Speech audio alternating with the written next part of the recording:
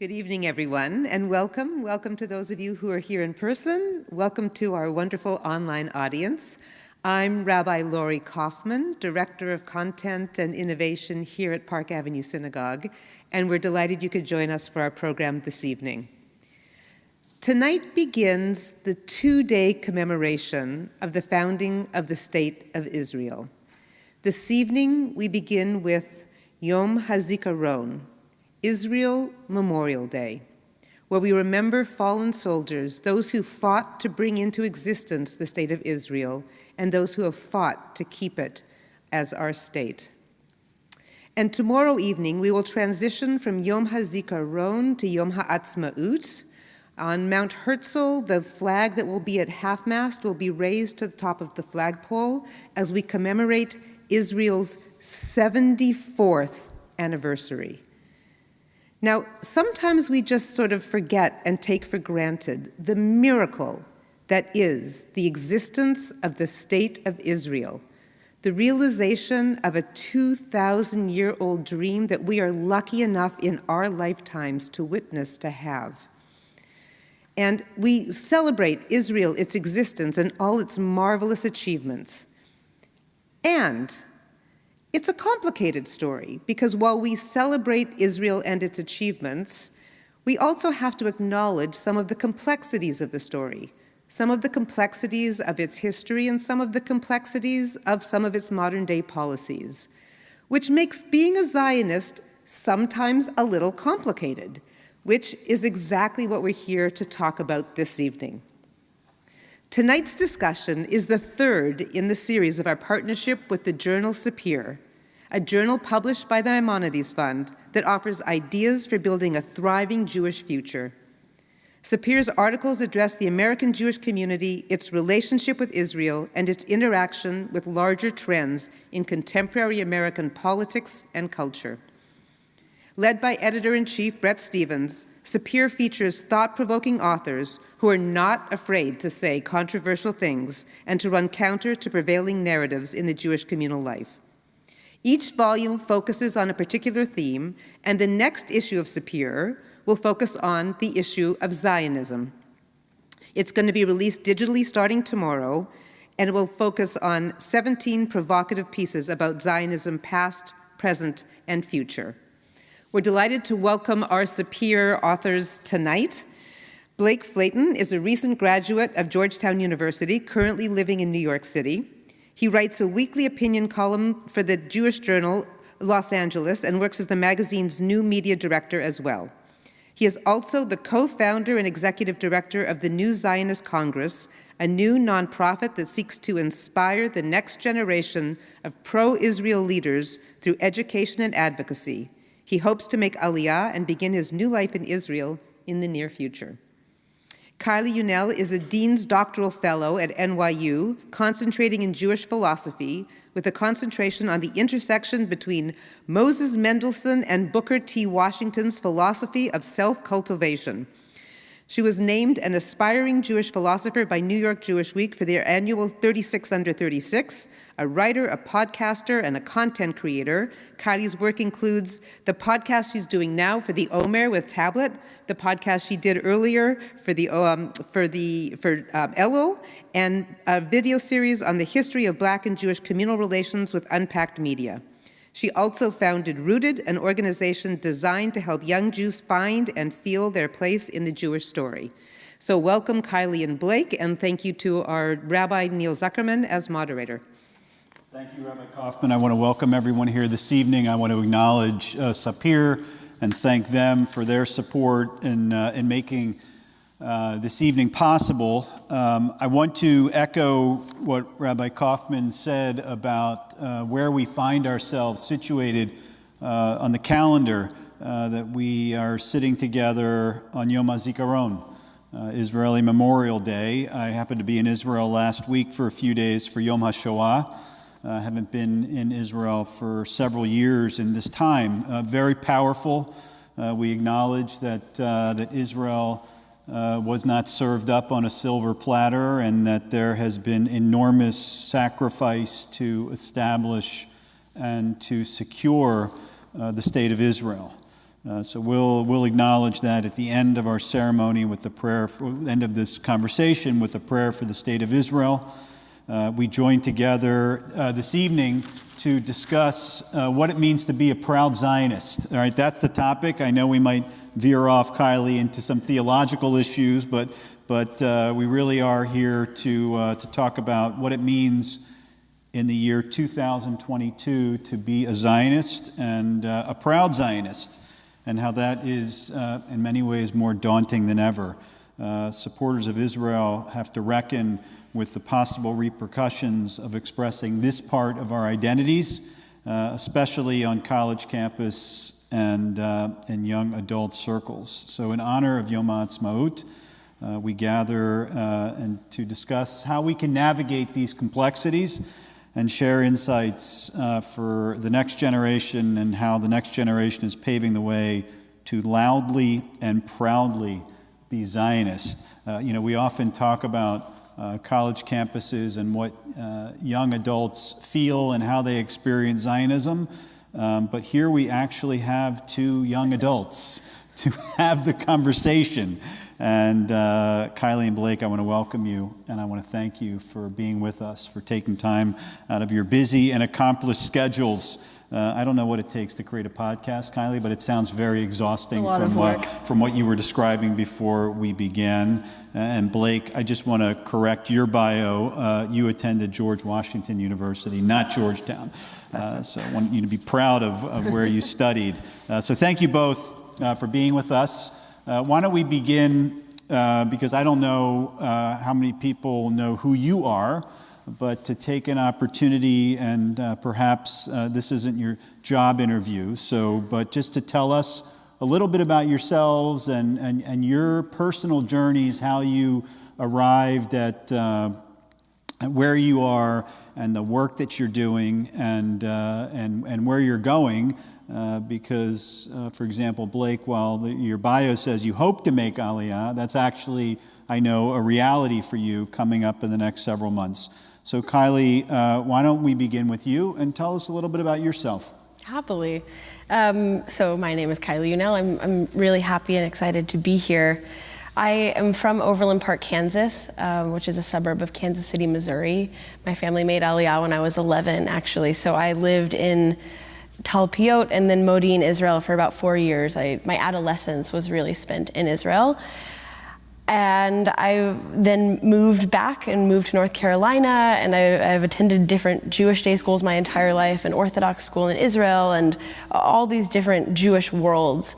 And I've come, actually I'll rewind a little bit.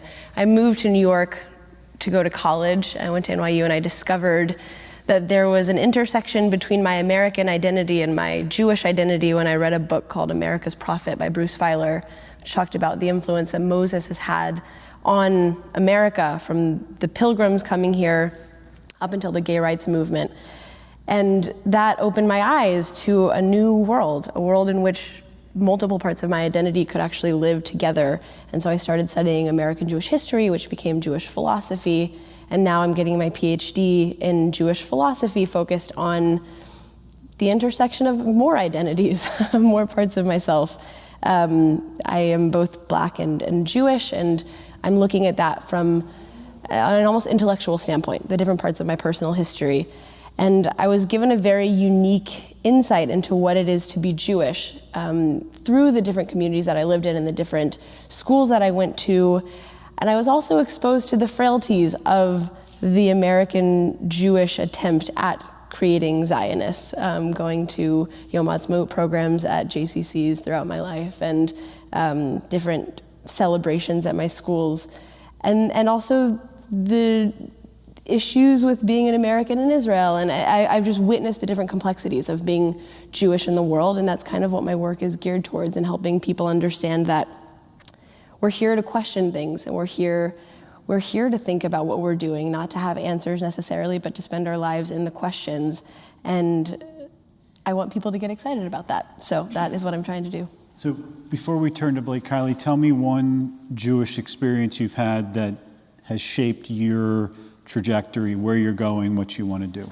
I know you mentioned the book that you read, but is there any experience that you can share with us that That's a great question. It's hard to pinpoint one, but I think I'll actually go, this is more recent, and I think it didn't shape my Jewish experience, but I think it was the cultivation or the manifestation of years of being Jewish. I was in France 3 years ago, actually with a Jewish family in Drancy, which was like not a great place for Jews to be during the war, but there's a Jewish population there now, and I was with them, and I happened to speak French, but I was with a friend of mine who doesn't speak French, and I was there for Shabbat, and I was kind of the mediator between us, but very quickly it became very obvious that I wasn't really needed because we had this Jewish language that we were all able to speak. It was through the foods, it was through the blessings, it was through the prayers. We went to synagogue, and it really went beyond any language barriers.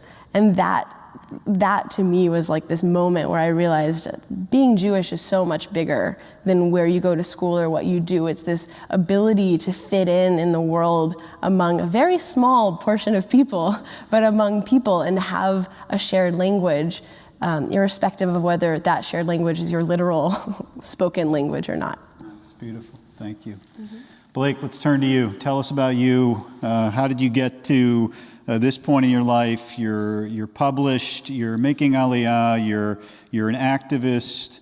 Both of you have founded organizations, and you can also share possibly a Jewish experience that shaped your life. I'd love to. So I like to say that, first of all, I'm very happy to be here with you.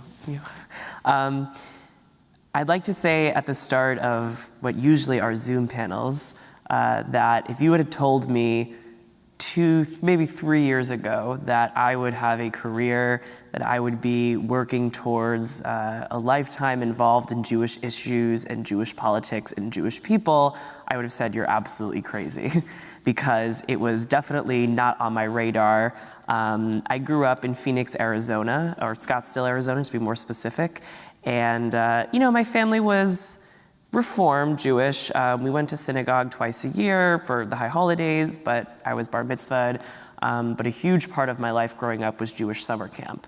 And I went to that for a decade. So, of course, it was always a part of my identity, and it was something that I thought was interesting and something that I thought made me different and special, and I always connected very well to the Jewish community. But I had definitely other plans for what I was interested in and what I wanted to do down the road. And that was mainly politics. I was kind of a firebrand lefty activist in high school. I was known for that. That was my reputation around school. I was the president of my high school Young Democrat Society. I was on the board of a variety of progressive organizations at my high school. And I was involved in kind of local politics in the Phoenix area, working to get my preferred candidates elected on the weekends. And then that, of course, transitioned into college, where I went to school in DC for that reason. I wanted to have a career in politics and to spend as much time as possible at protests and getting involved in campaigning and organizations, whether on or off campus. And that's what I thought the life was. I interned for my congressman and loved it on Capitol Hill. And then the strangest thing started happening to me in college. There was, in every space where I wanted to advocate my beliefs, whether it be LGBT rights, whether it be reproductive justice, which is a big issue still today, whether it be climate change, labor rights, what have you, name the cause, there was always a hostility to Israel. And that was brought into the discussion, into the organization. And that might look like a march for queer liberation in Washington, D.C., banning the rainbow pride flag if it had a Star of David on it, which it did. That could mean, the biggest environmentalist organization on my campus incorporating BDS into their constitution and making a vow that they would not partner with the largest Jewish organizations on campus because of their relationship with Israel. The Students Against Sexual Assault organization on my campus coming out with a bizarre, 12-page manual that claimed that supporting Israel and standing up for survivors of sexual assault are incompatible. And so these things started happening to me, and I started getting very confused. And at first I went along with it because that's what everyone in my social circles was telling me to do and was convincing me was the right thing to do to be a good progressive. And so I, for a short amount of time, joined in on saying things like, just because I'm Jewish doesn't mean I'm a Zionist. Israel does a lot of things wrong that I don't stand by. Maybe BDS isn't all that problematic. And it wasn't until I started reading and really reading and listening to people who have felt this way too, that they were running out of options and sort of being backed into a corner in the progressive movement, that I started to realize that, no, this actually might be a serious problem, and this might actually have a lot less to do with Israel and a lot more to do with Jewish people than I thought it did.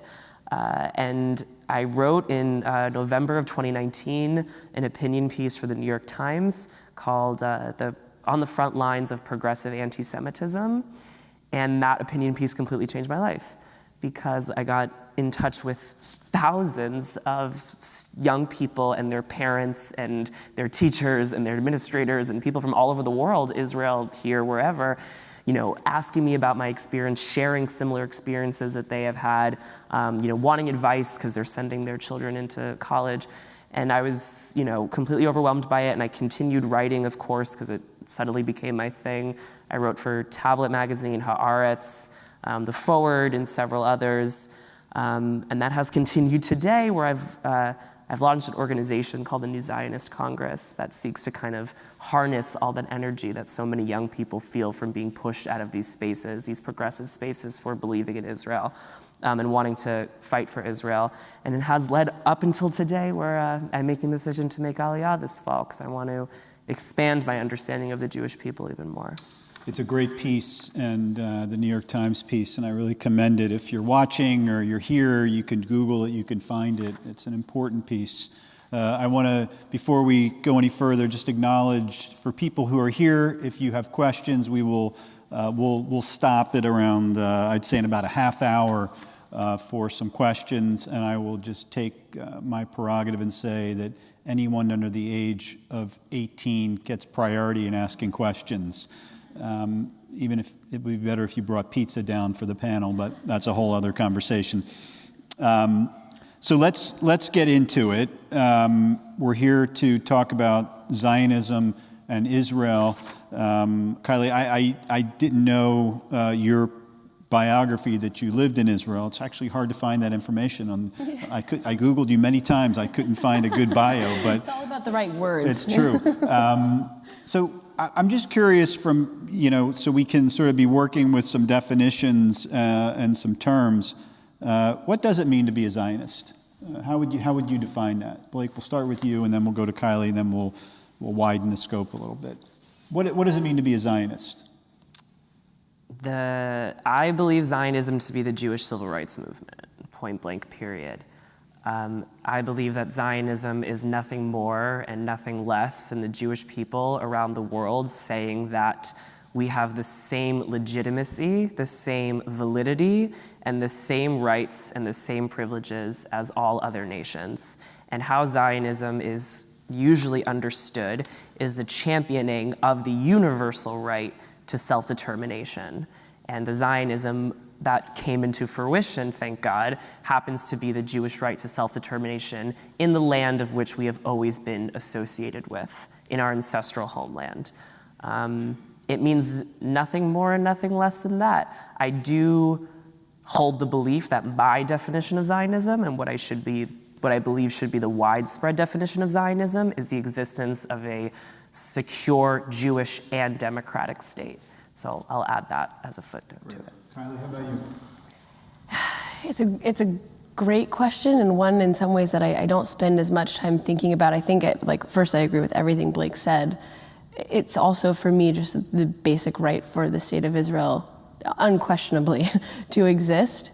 And I think the reason why I focus less on it is because I'm so concerned with the Jewish aspect of that, and ensuring that Zionism is deeply connected to the Jewish part, and that we're cultivating Jewish souls to really believe that they have a place in the land. So at face value, it's the right for this state of Israel to exist. But beyond that, I think it's in some ways a feeling. It's this feeling that the Jews of the world feel that they have a place to live, that they have a home.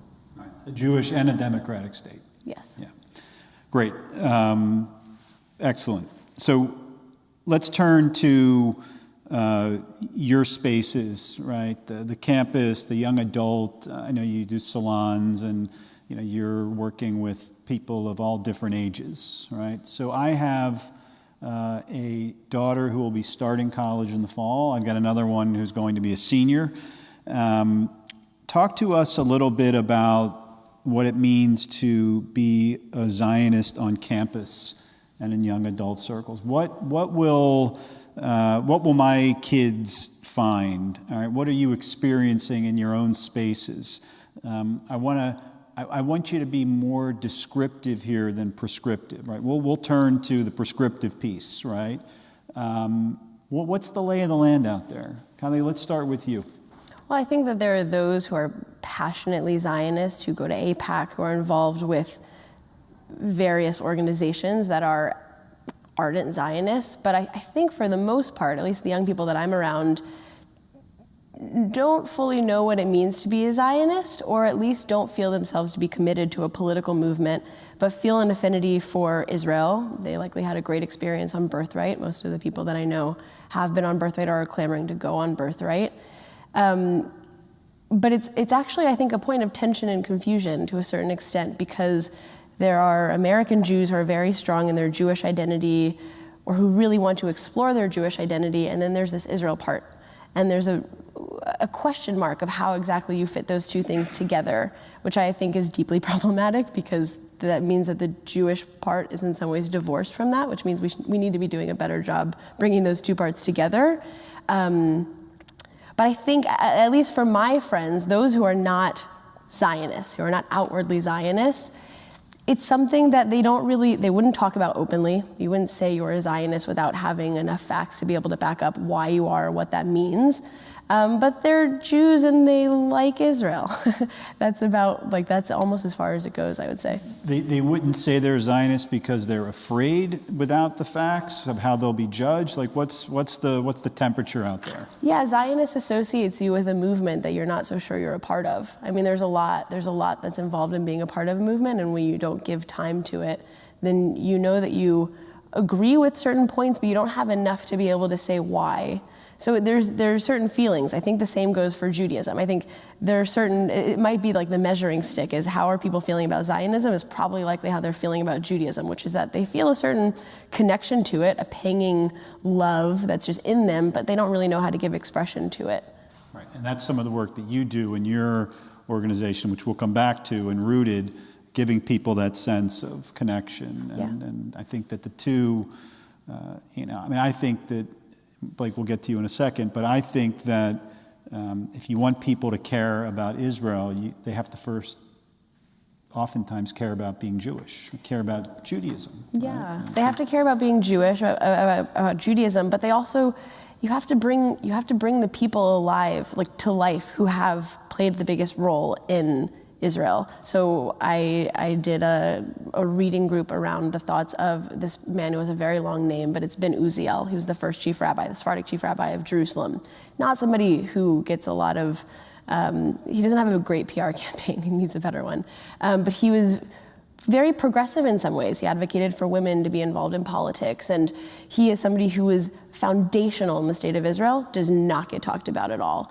Well, it goes beyond that. He actually granted women the right to vote in Israel. Right? Yeah, and he is one of many people who are not known. Rav Kook is another great example. I mean, this is my philosophy side coming out, but there are all of the countries, but Israel in particular is the fabric of a lot of history and a lot of thought. It's a lot of thinking and different movements of thought, and they're very exciting individuals who came to build up this land. And if you don't know the stories, it's very, very hard. Blake wrote about this beautifully. It's really hard to be connected to the place. Otherwise, I mean, this was the problem with every Yom HaAtzma'ut program I went to growing up, it's Israel Startup Nation, here's how great it is, here's some falafel, some folk dancing from the 1970s that nobody does. And I just heard Zoom Gali Gali in Central Park today, so that was, and I don't know why. That was me. There was some program going on, but it's likely led by somebody over the age of 50 leading it, and there's not much that's bringing it to life. It's this outdated, you should love Israel because you should love Israel, but here's no real explanation for why. So, I mean, for me growing up, I can say I had a really complicated relationship with it. I had the same complicated relationship with the Torah, because I was told that I should care about it, but I had no idea why. Well, if all you talked about was Ben Uziel, you would have made my night. So thank you. That was fantastic. Blake, let's talk to us. I mean, you started in your opening remarks to sort of speak about what you experienced on campus, but let's go a little deeper. What will a young Jewish student at GW or other campuses you're familiar with, and I know that there's some generalizations here, but what will they experience on campus? Well, there's a high probability that they'll experience what I experienced. And just to expand on what I was talking about earlier, a huge number of Jews in this country right now, young Jews, are exactly what you said. They know they like Israel. They know they have a connection to Israel because they went on Birthright, or it was very popular at their summer camp. They did lots of Israeli dancing at their summer camp. There was a flag on the beam of their synagogue. They know they should care about Israel. However, they're also more likely than not to be left-wing and progressive, because more Jews than not, I think like 75% of Jews in the United States vote for Democrats. And also just because of our family histories, family traditions, and cosmopolitan impulses that could be in our DNA, a lot of Jews go to cities for college because we like, big student populations. We tend to thrive there, where there's a lot of different programming. And so what happens is that a freshman arrives on a campus and goes to an event called Club Rush, which if you don't know, let's say there's an amphitheater or a classroom or a field where there's a bunch of different tables where a bunch of different organizations try to, solicit students to join and sign up for their email list. So this Jewish freshman walks in and sees a table that says, raise the minimum wage to $15 an hour. Yes, I want to support that. Or, when I was on campus, support Bernie Sanders or Elizabeth Warren for president. Of course, I want to add my name to that. And in this cluster of tables where it's like all these kids are hanging out, which I want to be friends with, which I want to be in their circle, there's the Students for Justice in Palestine table. And let's say that student goes, I went to just one of these meetings just now, and they called Israel racist.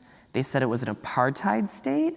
They, called Zionists white supremacists, and they don't know that they identify as a Zionist. They are describing this country as if it's the cause of all of these problems that are occurring here in our own country, like police violence, like sexual assault, which I talked about earlier, and all these problems around the world, like terrorism and like economies crashing, and like weapons sales that are morally bankrupting countries. God, this is terrible. And the prevailing narrative from these meetings that they go to, because they think to themselves, if I agree with these people on A through Y, I must also agree with them on Z, Z meaning Zionism. And again, the prevailing narrative is your community lied to you. You were led to believe something grossly untrue.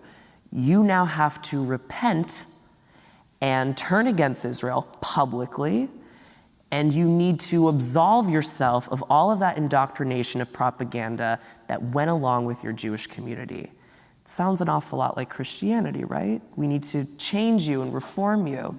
And a lot of young progressive Jews who arrive on campus completely accept this and internalize it, and become, in fact, the vanguard for anti-Israel activism on campus, and then are used as a shield against accusations of anti-Semitism that are directed at organizations like Students for Justice in Palestine. So you said earlier that you sort of arrived on campus similar to that. What was the wake-up call for you, right? I mean, when did you sort of have that aha moment, like, wait a minute, there's there's something wrong here. As you said, I identify with much of what you're talking about, but Zionists aren't welcome? Like, what was that moment where you said...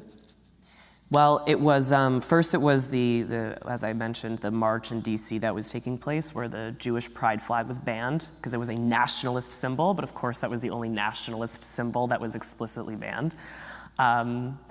But it was also when there was an incident at my school where there was these two freshmen, I think, walking back from a party and they're a little tipsy, and one of them is filming the other one, and the man behind the camera, the student behind the camera, asks her, "What are we gonna do to Israel?" And she turns around and she says, "We're gonna bomb Israel, you Jewish pieces of shit." And that caused an uproar on my campus, obviously, and we got a lot of good, juicy condemnations out of that, with all the right social justice jargon used about sensitivity and everything. But a former roommate of mine who I was very close to posted something on Instagram that said, "Why are we standing up for the Jewish community on campus when they do nothing to support other people?" Now, of course, this was, out of left field. There was, at GW, there's over 30% of the student body is Jewish, and we are involved in all kinds of charities and, community service and organizations. So why, one, was this not true, and why did it seem so hateful, like it was coming from a place of rage? And then other people involved in similar left-wing organizations that were very militant on things like LGBT rights, other people started saying the same things, that the Jewish community on campus did not deserve to be allied with because of our relationship with Israel, or what they would have us to believe is because of our relationship with Israel. And there was a bunch of other events, but for the sake of time, that's one that we can stick with. So let's use a real-life example here, because we've got a recent example. On April 29th, actually on Yom HaShoah, the Harvard Crimson's editorial page published an article entitled "In Support of Boycott, Divestment, Sanction, and Free Palestine." Now, both of you have been on campuses that have dealt with their own, BDS issues. And Blake, you talk about this in your New York Times piece, and Kylie in 2021-22 in a law journal run by a NYU sort of independent law student organization. The journal expressed a commitment to BDS. So I'm wondering if you can help us understand the significance of statements like this on campus, of an editorial, of an endorsement, either on campus or in spaces in which you teach or facilitate. What does that represent? I mean, it legitimizes something for people who have no idea what to believe. Like, they don't have associations with Zionism. So you can say on the kind of micro level, it's not so dangerous, whatever, it's one publication at a school. I mean, I've had that reaction multiple times, but when you actually take a little bit of time to think about it, what it does is it lends legitimacy to the cause, and it creates a container for Jews who have feelings about Israel. Again, it's just that feeling of, I like it, I love it, I'm supposed to like it, but I don't really know much more than that. Oh, here's some real information about it. And just like that, you've lost somebody. And you've lost multiple somebodies. It happens very easily. It takes one glance at an article that says how terrible Israel is, how racist it is. Apartheid state, that's not good. Why would I ever support an apartheid state? I was sold this really beautiful picture of it, but it's kind of like, it feels like the Truman Show a little bit. Like, you feel like you were just in this world where everything was really pretty and really nice, and Israel, it's so great. And then somebody actually shows you what it's really like. And when you don't contend with any negative sides of the history, then when you see something right in front of your face, you assume that must be it. And yeah, BDS, that sounds just. Not like, it's unfortunate, it's a country that I really would have liked, but that's justice. Yeah, it gets to sort of what you were saying before about not having the background, the information, right? They're not anti-Semitic, they're anti-Zionist, right? And we can live with that distinction. I mean, I can't personally, but you know what I'm saying. I mean, Sure. Yeah, I don't mean we collectively. Well, I can't speak for everyone here, But I agree with Jonathan Greenblatt's. I don't know if you saw what he wrote very strongly. In anti-Zionism is always anti-Semitic. You can Google what he just wrote about sort of the rise in anti-Semitism. But I think it does speak to what you were saying before about people just don't have. There's so many Jews on campus who don't have that background to be able to parse through the nuance of the propaganda, right? Yeah, and I think there's a such thing as positive propaganda on a certain level also. Like if you're not presenting a human story and you're just presenting the really shiny parts about things, then you're not presenting the full story. And then when somebody sees something, they're going to be led to that other side because people just want to be good people on the whole. And if being a good person means supporting human rights, and Israel is an antagonist to human rights, then you're going to support the cause that is standing up for human rights, which means that's not Israel. Yeah. I wonder if it has something to do with, I think both of you sort of understand and can speak to the complexities of Zionism, of Israel. And it's not just that people may not have the background to speak about the history of Zionism or what Zionism represents, but the idea of if it's not perfect, then it's not worth saving, right? Sure, and that's a big part. being able to confidently critique. And you speak about this, Blake, in your piece.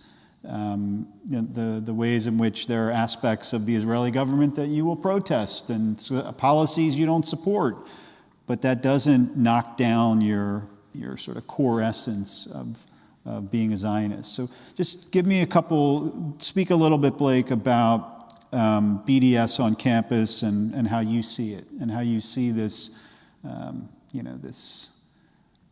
this piece in the Harvard Crimson, which represents, I believe, the editorial page and not necessarily the entire newspaper, but it's a shocking headline to read coming out of the Crimson. I don't, maybe it's not so shocking, but no, it's still it's saddening, but it's not shocking. I wasn't surprised at all when I was texted it, when I texted the link to it. The BDS movement is explicitly clear. And its founder, Omar Barghouti, is explicitly clear on the intention of a either cultural, academic, or economic boycott of Israel. And it's to erase the state of Israel from the river to the sea and replace it with an Arab majority state in which Jews find themselves as an unprotected minority with no national autonomy and no means of self-defense. Point blank. The BDS movement has done a wonderful job at masking this campaign, which, by the way, before the 70s was always perceived as very right-wing, because it is. It sounded very right-wing before the 70s. It said, we're going to push the Jews into the sea.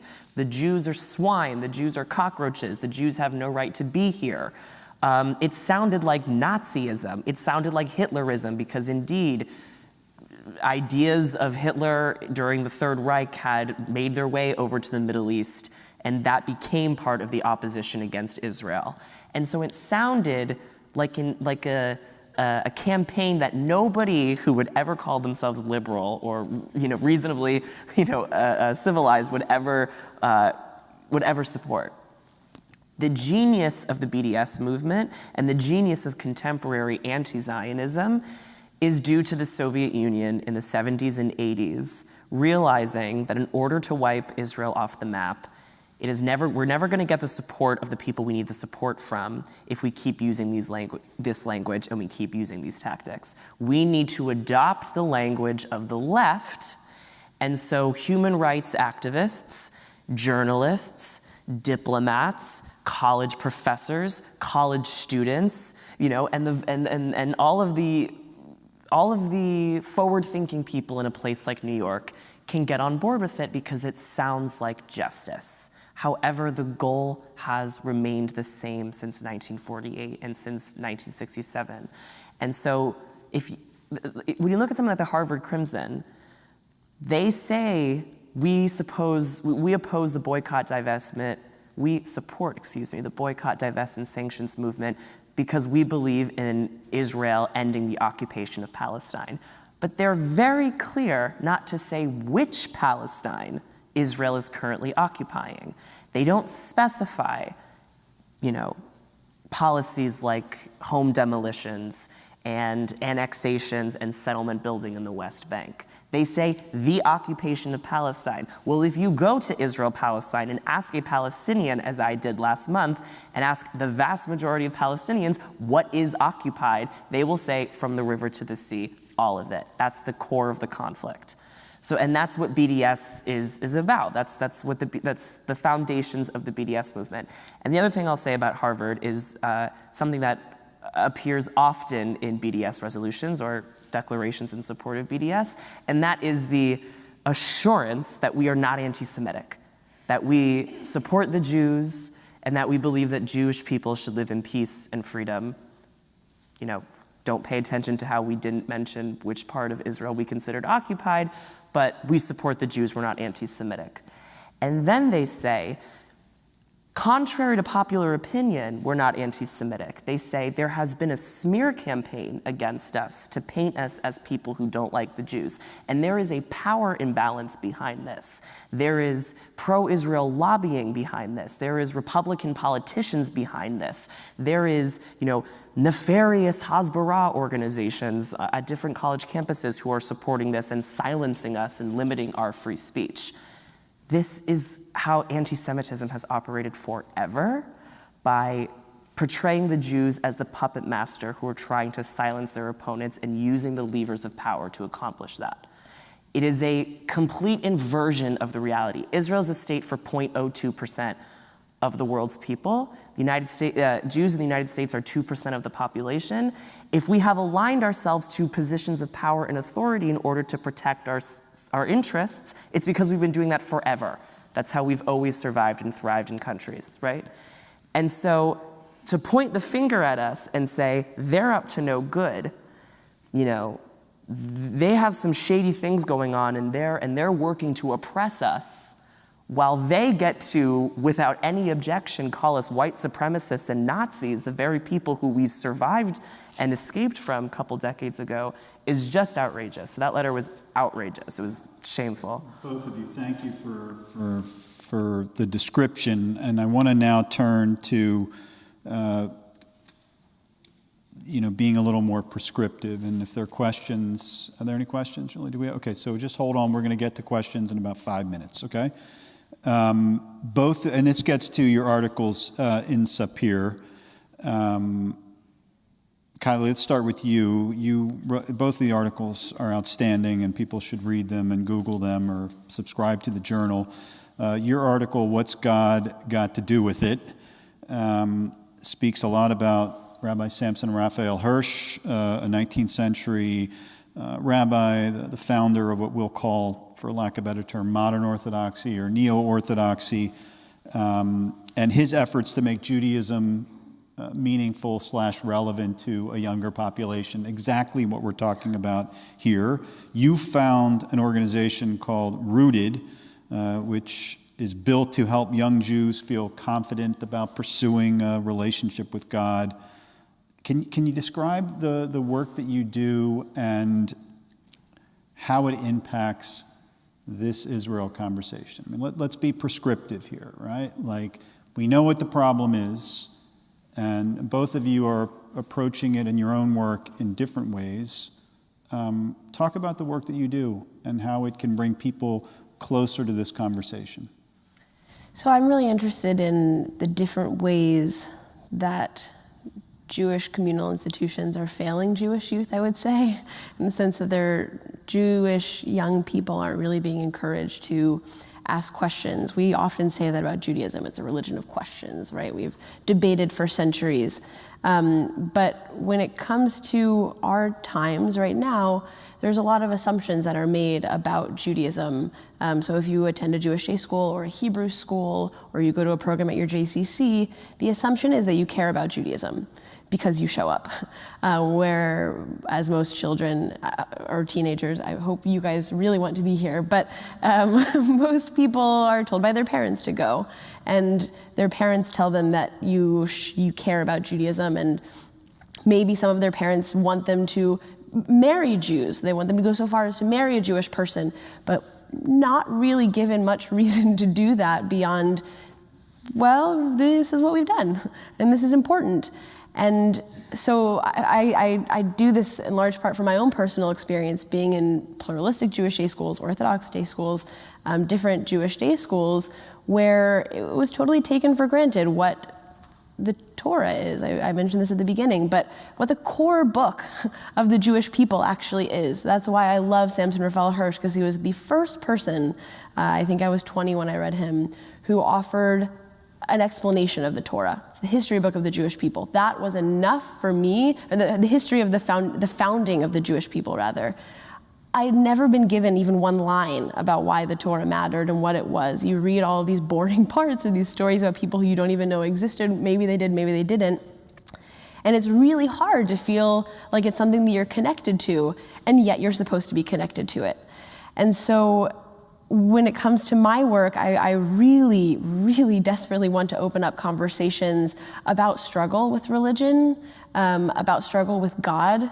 I am somebody who is a devout believer in God, but at the same time, I have no idea what that means. And that's something that should be able to be not only said openly, but grappled with openly. And young people can gather around that. What is the Zionism thing we're talking about? I don't know. I've heard a lot about it, but what is it? Like, basic questions bring answers. And answers bring like something to fill that container that's not the BDS article or SJP or whatever the counterpoint is that then fills that container. That's really just an empty vessel. This is actually, I don't realize that I'm doing this. This is Hirsch's language exactly. People are empty vessels. The young people are empty vessels right now, and we're not filling them with anything that's nourishing by any means. We're filling them with maybe some facts, some folk dancing, whatever the different things are, but nothing of substance to actually satiate them. And so in my work, I am trying to actually give content to people that gives them something to work with and encourage them to be comfortable, and I say this as somebody who is learning to be comfortable with this myself, being uncomfortable and not knowing the answers and knowing that there is something that I care about. I care deeply about the state of Israel, but I don't have all the answers and I want to learn more. And exploring that curiosity and learning about people, that discomfort and encouraging that is something that we really lack right now. And so people are turning to places where they feel comfortable because they're given answers. Yeah, you write beautifully here. Young people were pioneering a new way to be Jewish. Hirsch writes, at the ripe age of 26, I see a younger generation aglow with noble enthusiasm for Jews. These young men and women do not know authentic Judaism, and what they believe they know of it, they consider as empty forms without meaning. And yet many of these young Jews were going too far. While they had a passion for Jews as human beings, they lacked Jewish spirit.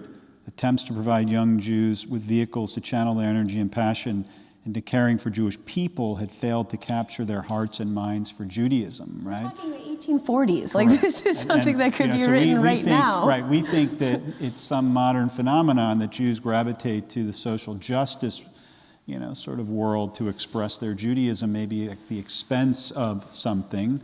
And yet that was happening in the 19th century as well, even to the negation of their own Zionist identities because they wanted to be seen as Germans first. Right. It's a Hanukkah story too. I mean, it goes back a lot farther than the. And I think also, like, one of the beautiful things that my article and Blake's article have in common is that Samson Raphael Hirsch, he was a German modern Orthodox rabbi by our terms now, but he was also like the Rolling Stones of his generation. He was the person that parents hated and kids loved. And it was the exact same thing with the early Zionists. Like, these were people who were the Beatles. Like, and these things aren't framed in that way, but that's exactly what they were. Like, they were revolutionaries who were exciting and hot and just like really turning the world on its head. And that's not what kids or young people at all are being told. And by young, I mean into their 40s. This isn't... Yeah. No, I appreciate, and what I liked about your article, and your approach is we need to get people to care about being Jewish. Right? We need to give them that sort of theological, spiritual grounding to have these conversations. Now, Blake, you're dealing with it in a slightly different way. You described in your article what's going on. You co-found an organization called the New Zionist Congress. So young Jews are turning away from Israel and Zionism. What can we do about it? Right? I mean, How much time do we have? Right? You have a few minutes now. So, talk to us about how we can address this, right? There's the religious side of it, but there's also the political side to it. There's the identity piece of being a Zionist and being proud to be a Zionist. Right. So the perspective I come from, it's actually really great that we have, me and Kylie here, because Kylie represents sort of is talking about the spiritual and religious aspects of Judaism, which have been extremely important to obviously Zionism's initial success and then its continued success and security. But like you said, I am incredibly inspired by the early Zionists who were secular Jews and who felt on a spiritual level kind of caught in the middle between a Jewish populace, a Jewish group in different countries that were either completely turning away from Jewish religion, and therefore they were turning their backs on a sense of Jewish peoplehood and a sense of Jewish nationhood because they were assimilating into Paris or Berlin or to Prague. Plot twist, it didn't actually turn out that well. Or they were becoming, they were deeply entrenched in, a spiritual shtetl experience and very religious and keeping up with the traditions of Judaism. And so they found both of these options to be less than ideal, because even though many of them were raised in observant families, they longed for these sort of enlightened intellectualism academics of the West. And even though they wanted to be part of all of that culture, they still felt profoundly Jewish and tied to their Jewish soul and to their Jewish community. And so Zionism was a third way. It said, the Jewish national spirit encompasses all different types of Jews. It encompasses the most ultra-Orthodox, I know that's not an ideal phrase, it encompasses the most observant Jews in Bnei Brak and in sections of Jerusalem, while also representing the gays of Tel Aviv when they march for Pride in a couple weeks. That is the Jewish experience, and it's only Israel that makes all of that possible. So what I am trying to do now, also like what Kylie said, is, well, first I'll rewind a little bit. I'm looking at the Jewish community now and seeing trends that are present in a lot of religious communities across the country, where young people are just less religious. That's true across denominations. And when young Jews become less religious, they become less likely to care about Israel because they see religion and Israel as inextricably linked, which they are, but they don't need to be for everybody. And so they think that turning away from a religion is turning their backs. They turn away from religion, and in doing so, they turn back on peoplehood, nationhood, history, culture, all of that goes with it. And reintroducing that into their lives, especially when they're under pressure of a BDS resolution or they're being outcasted at school or made to feel guilty about their upbringing and their childhood, an organization like the New Zionist Congress seeks to enter their lives and say, no, there's a lot more to the story than this. There's a lot more Jewishness inside you than you may know, either secular or religious, because obviously a lot of religious young people want to get involved in pro-Israel activism as well. And also we want to give you reasons why to support Israel with those human stories. And I agree with you wholeheartedly that the Jewish community has done a lackluster job at telling kids to support Israel, but not giving them reasons as to why. And so it becomes very easy for them to turn away from it. Or even knowing the stories that you talk about in your article, right? The personalities, right? So you got to tell me, you're going to tell us, because you talk about it in your article, how are you going to make Zionism sexy? I'm glad you asked. So I actually didn't know that was going to be the title until like a week before the piece ran, and I was like, okay. What's the title is? Make Zionism Sexy again. Yes. So Zionism started as young people in cafes, in basements, in public squares, all screaming at each other, right? From the right and from the left, from more religious, more secular. And it was that youthful, rebellious energy and audacity that said, no, a Jewish state is possible, a way out of this European hellscape is possible, a way to kind of reclaim liberation as a people is possible. And it was that chutzpah, really, that got so many people to make Aliyah and formed the Haganah and formed political organizations in British Mandatory Palestine for the Jews, right? Theodore Herzl was a playwright and a chronically depressed, probably alcoholic playwright and poet and journalist who turned to this because he had a wild passion that wouldn't allow him to sleep. That is the spirit of Zionism, and I feel like we've lost that. I feel like Zionism today is very polished. It's very AIPAC policy conference and the corresponding dinners afterwards. It's very well-funded and esteemed, and I feel like we lose so much of what Jewish liberation is about when we accept that. And also, it turns off young people completely. Well, it also, it doesn't make room for the kind of dynamic,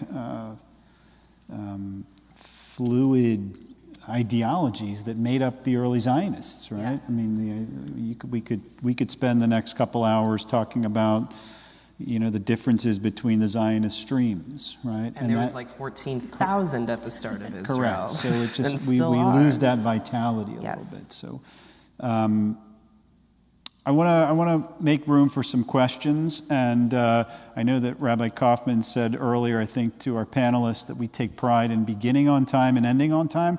We're going to go a few minutes over tonight, all right? Because I think this is an important conversation, and I want to make sure that we allow for some questions. So I see a few questions. Let's start to on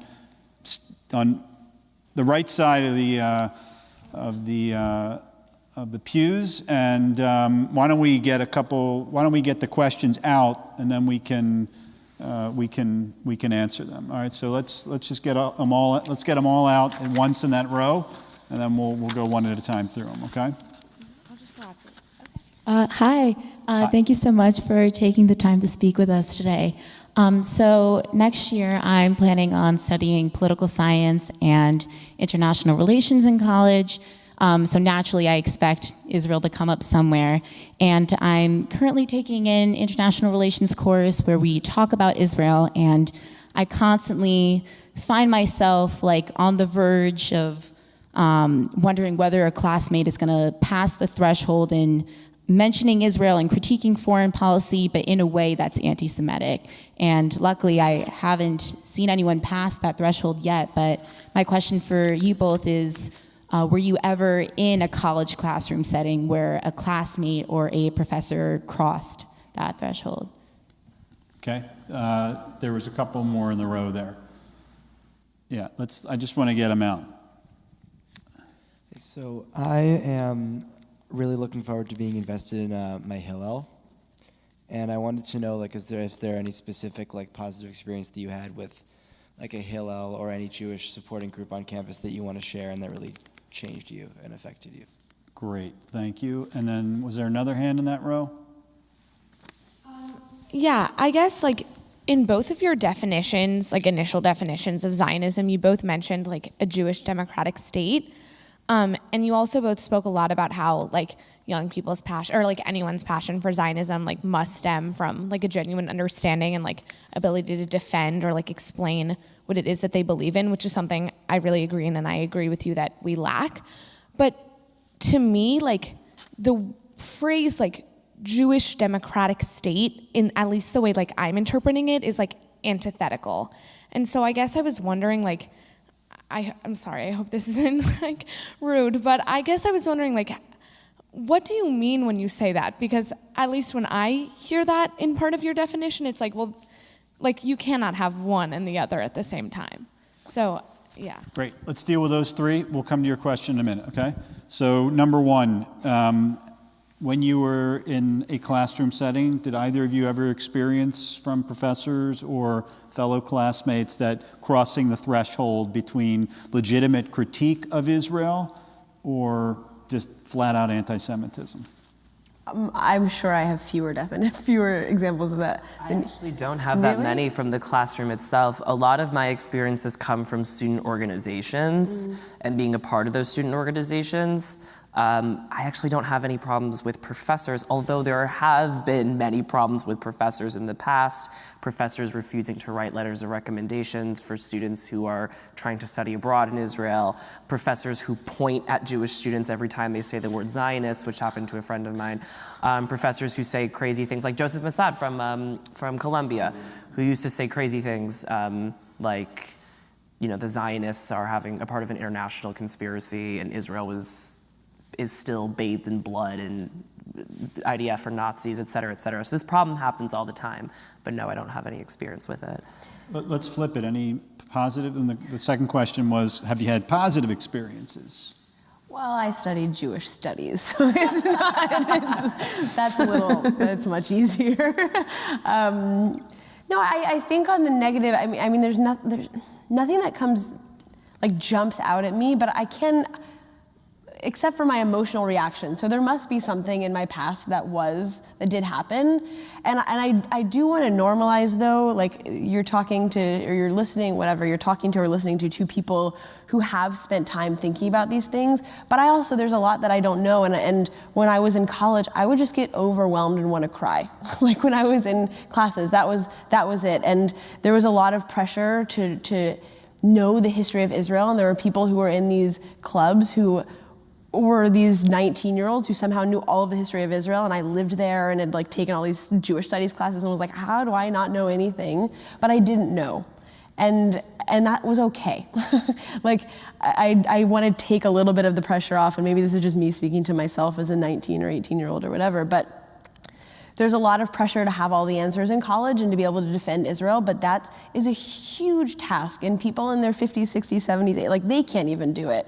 And so I think to be able to just grasp little pieces of it, if I could, this wasn't totally your question, but if I could go back and give myself advice, the littlest points are enough. And even just to know in your own self, to be strong in your own identity without having to fight back, because oftentimes debating in class goes nowhere.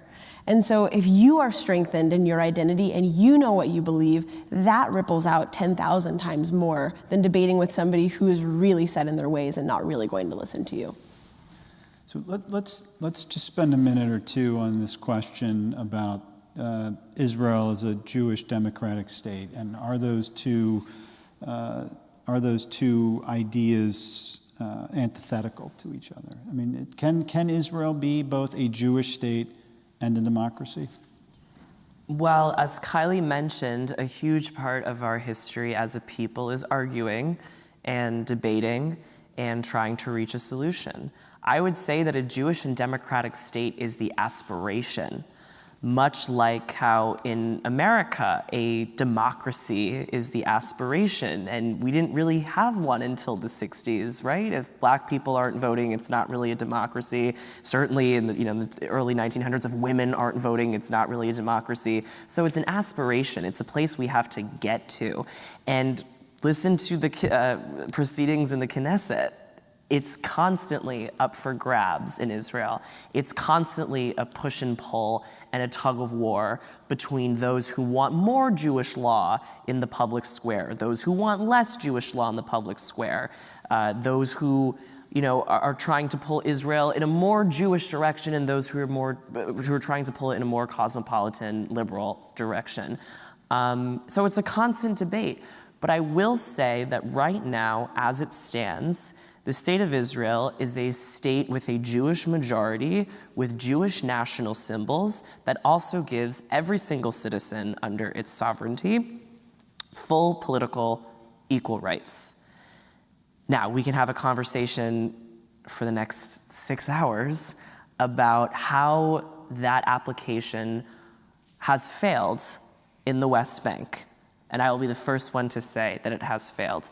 I will be the first one to admit that there are contradictions in how far-right members of the Knesset want to see Israel in Israel proper. And I believe that a lot of those impulses are anti-democratic and they must be combated. But I think the struggle itself is evidence of a democracy. And by the way, we've been doing that for thousands of years. Your average shtetl was a lot more democratic than your average, kingdom or empire. And I believe that on its face, it is still a democracy, which is why the democracies of the world still support Israel and will continue to support Israel. We're going to have to walk that tightrope and that balancing act for a long time, but that excites me, and that's part of the reasons why I'm moving to Israel, to be part of that democratic process, because I want to see an Israel that reflects more of my definition of a Jewish state, and every Jew everywhere has that right. I think it's important to say they are antithetical in some ways. We're talking about something divine matched with something entirely human. And those are not going to fit together perfectly. And context, it's exactly what Blake said, but context is really important. How many religious countries are there? How many countries are there that religion is a core part of their country? They are not doing democracy to the level that Israel is and in the way that Israel is doing it. And also, I think democracy in a lot of ways is an ideal everywhere. I mean, the Constitution was founded on the basis of democracy, and it was an ideal then. Like, democracy is an eternal ideal in a certain respect, because we're human beings and we're frail and we're weak and we're never going to do it perfectly. Also, I just want to add that, there are plenty of countries, Christian countries in Europe come to mind, that do have, in fact, religious influences in the government. The royal family of Britain gets married in a church. The flag of I think Denmark has a cross on it. This is everywhere, right? And in fact, if we looked at an Islamic state in the Middle East that's turning toward democracy like Tunisia did, we would say, oh, great, that's wonderful. During the Arab Spring, how excited were everybody about how these states, these Muslim countries are turning toward democracy. That was an ideal. But for the Jewish state, there seems to be a lot more grievance behind the idea that these two things can be married to each other. And I think we should interrogate why that is. Yeah, first of all, it's a great question. And it's a question we could spend a lot of time on. Israel goes beyond just being a religious state. It's also a nationalist state, right? In other words, Hatikva is the national anthem for the state of Israel. There are citizens of Israel that song just doesn't speak to, right? And that's an ongoing, not that I think that's going to change, but that's an ongoing conversation in the state of Israel, the role of national symbols for a country that is made up of different nationalities. When I read the Declaration of Independence for the State of Israel, I see very much, Blake, what you're describing, what both of you are describing as a place of aspiration. And I just want to remind everyone that Israel next year will celebrate its 75th anniversary of statehood. And it's worth thinking about where this country was around 75 years of our existence, right? We were fighting a civil war, some unresolved foundational questions of our national identity. So Israel, I don't think anyone on this bima would say Israel is a perfect state, right? But it is very much an aspirational state, and I believe in this great experiment of the state of Israel that truly can be both a Jewish and a democratic state, and I'm happy to take this conversation offline anytime with you, all right? Okay, I see your hand, and then we'll begin to wrap up. All right. Oh, the positive experience? Yeah. Well, yeah. You gave the answer. You were a Jewish studies major, so but if you want to chime in on anything, or I took a modern Jewish history class my freshman year of college. That was incredible. By the way, great plug for rising freshmen on university campuses. Take Jewish studies classes, right? Please. First off, thank you so much for the work that you guys are doing, because it's of paramount importance. I understand education is important, understanding what Zionism means, understanding what Jewish identity means, but as these kids go to college next year, let's assume there is they have a strong understanding, and they do feel passionately about Israel and their identity. How outspoken do you really think they're going to be able to feel comfortable being? Is it just a question of education, or are they going into an environment which is just predisposed to be hateful? And even if it's not outward, let's face it, most professors are very left-leaning. Does that manifest itself in maybe getting worse grades, or just an undercurrent of hostility, or not being able to integrate, or being tagged as an extremist in some ways? You mentioned GW is 30% Jewish. Harvard is barely 12%. And Harvard is barely 12%. And I think that is more the norm at universities. It's high, it's maybe low double-digit percentage of Jews. So I just, given where universities are in terms of the lack of being openness to debate on really almost any issues, and this is such an issue laden with so much emotion and hostility. Is it just a question of education, or is it how outspoken and how expressive can these kids be about their feelings, about having an alternate point of view? And if they feel that they can't, isn't it then a self-perpetuating, message where they're afraid to speak up, and so there becomes only one voice, like the editorial board at Harvard? That's the goal. The goal is, by way of things like BDS, by way of things like stripping down the IHRA definition of anti-Semitism to next to nothing, is to intimidate Jewish students on campus. BDS is theater. It's meant to rile up emotions, rile up anger, using words specifically handpicked to rile up today's left-wing people, which is, again, I'll say, is how anti-Semitism has worked forever. You have a population of people, and you find out what really makes them mad. If it's communism that makes them mad, you say that the Jews are communists. If it's capitalism that makes them mad, you say that the Jews are capitalists. If it's religion that makes them mad, you say that the Jews are all, regressive and insular, and why can't they just get into the 21st century? If it's secularism that makes you mad, say the Jews are all cosmopolitan Hollywood elite running around with champagne. It's a remarkable tool of politics, because we turn into whatever an ideology detests the most, and anti-Semites use this as a strategy. So on campus, you have a bunch of Generation Z people who are constantly, online. And what are the buzzwords that make us mad? Because they're a part of our cultural moment: racism, white supremacy, apartheid, ethnic cleansing, colonialism, et cetera, et cetera, et cetera. Is there a way to fight back against this? I don't know any time in history where the Jews have been successful at mitigating anti-Semitism by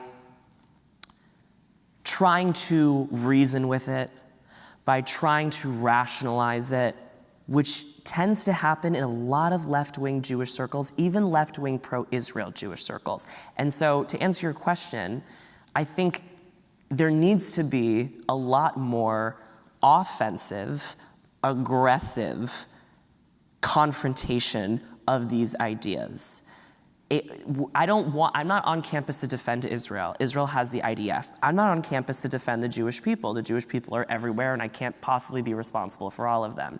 What I am interested in is prosecuting your ideas in saying that my people have no right to a country, because that's unacceptable. And we need to get more people to be willing to do that in a classroom, on the quad, in an organization, online, because it will go away. That's the thing. It's like, that's one of the reasons why I was so annoyed by the Harvard letter, is because, they act as though the pro-Israel lobby and the Zionist movement in America is so established. It wasn't 77 years ago when a third of the Jewish population was killed in gas chambers. Many people are still alive who were around then. This can and will go away if we don't invest in the next generation to carry that torch of standing up for ourselves, because that's the spirit of Zionism in and of itself. Yeah, and I think there's a kind of defeatist position within that because we're not thinking about, I was on a panel recently, Jewish moonshot ideas. And I don't think we're thinking creatively about where young people can go outside of universities. I am not. I happen to be, I mean, this is kind of inflammatory. I am in academia in the sense that I'm getting my PhD, but there are massive problems with academia, huge, huge problems. I am lucky enough to not have kids right now and be sending them to college, but I don't know if I'd encourage my kids to go to a university. And what alternatives are we thinking about as a Jewish people for young people? I don't think we're really thinking of any. I think we're talking about, I mean, like in your question, which is a great question, but it's also, how outspoken are they going to be? And if they can't be, then what's going to happen? Well, I think the better question is, what are we going to do for our young people to help them? And there's a lot of room. There's a lot of room there and a lot of creative energy, I think, that's bubbling under the surface.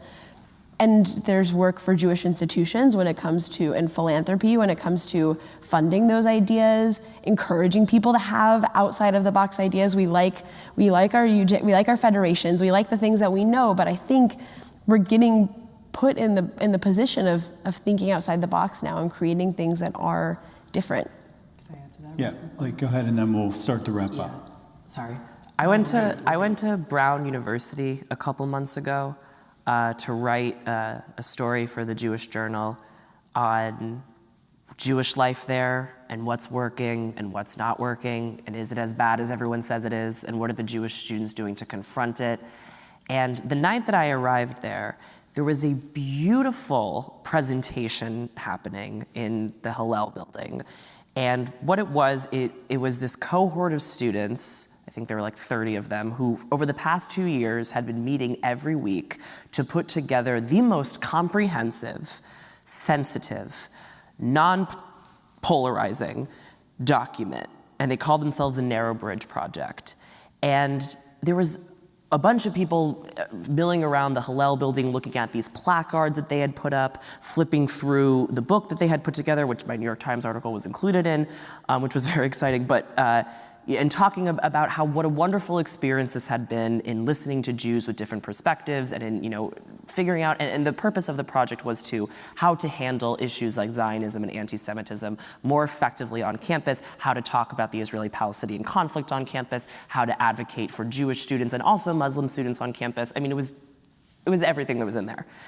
And I looked around the room and I realized that every single person at this event was Jewish, because the application to participate in this project was only extended to Jews.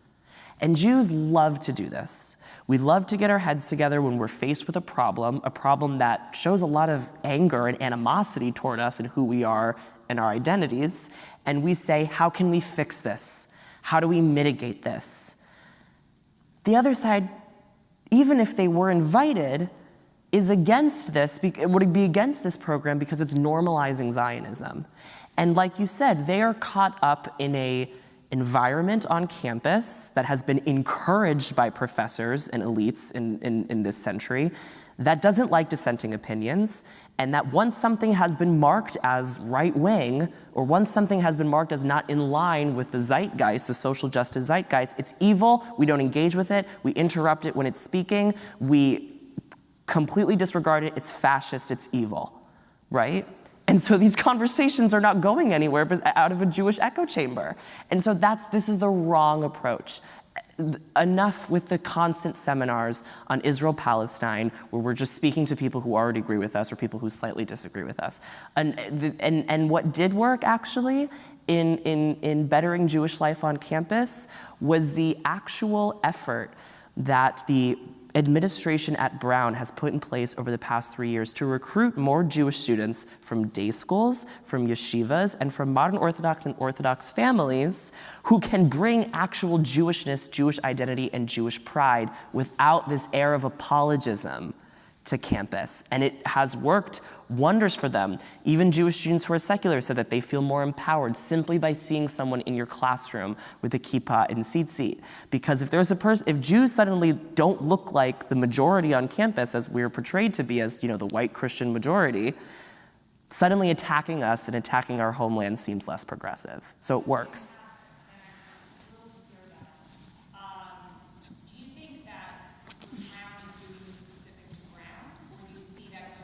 No, it's everywhere. I've grown incredibly frustrated, to be completely honest with you, with Jewish life on campus and Jewish organization on campus that, in my view, has been incredibly diplomatic, way too diplomatic in handling these things and still turning inward. You know, if a Jew raises a fist, he smashes it against his own chest, right? We constantly are doing this. It's like we need to take this argument to them because they're not going to come to us.